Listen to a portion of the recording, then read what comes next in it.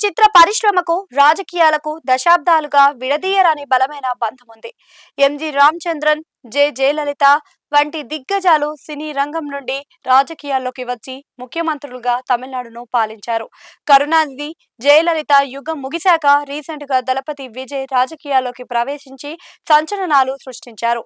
అతడు స్థాపించిన తమిళగా వెట్రి కళాంగం అంటే టీవీకే పార్టీ 2026 తమిళనాడు అసెంబ్లీ ఎన్నికల్లో ఒక బలమైన శక్తిగా అవతరించడమే కాదు, మే 2026లో విజయ్ తమిళనాడు ముఖ్యమంత్రిగా ప్రమాణ స్వీకారం చేసి సరికొత్త చరిత్ర లిఖించారు.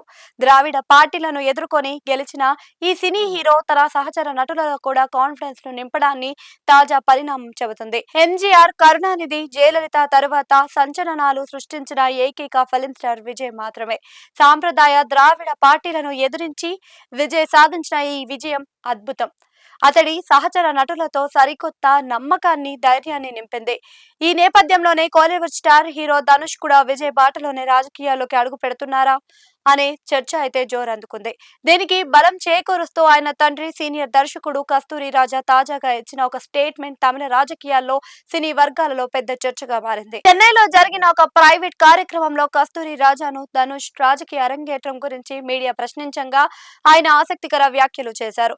ఎవరైనా తమకు నచ్చితే రాజకీయాల్లోకి రావచ్చని, ఆ అవకాశం అందరికీ ఉంటుందని పేర్కొన్నారు. కేవలం తన పిల్లలే కాదు, భవిష్యత్తులో తన మనవళ్లు కూడా ఈ మార్గాన్ని ఎంచుకునే అవకాశం ఉందని చెబుతూ ధనుష్ రాజకీయ ప్రవేశంపై ఆయన ఎలాంటి కన్ఫర్మేషన్ ఇవ్వకపోయినా ఆ అవకాశాన్ని మాత్రం కొట్టిపారేయలేదు. ఆయన మాటలను బట్టి ధనుష్ కు తమిళనాడు పొలిటికల్ క్యారిడర్ లో తలుపులు తెరిచి ఉన్నాయని అర్థమవుతుంది.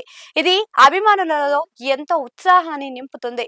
ప్రస్తుతం ధనుష్ వరుస సినిమాలతో ఇండస్ట్రీలో అత్యంత బిజీగా గడుపుతున్నారు.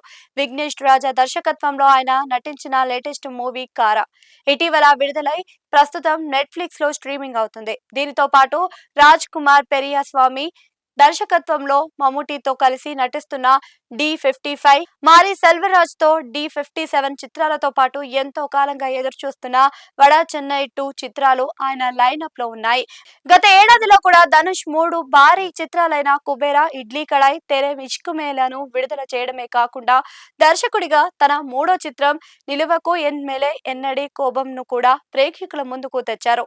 ఇలా ఒకవైపు సినిమాల్లో నటుడిగా, దర్శకుడిగా ఉత్తమంగా రాణిస్తూనే మరోవైపు భవిష్యత్తులో విజయ్ స్ఫూర్తితో ధనుష్ రాజకీయ రంగుల ప్రపంచంలోకి అడుగు పెడతారేమో అని చూడాలి.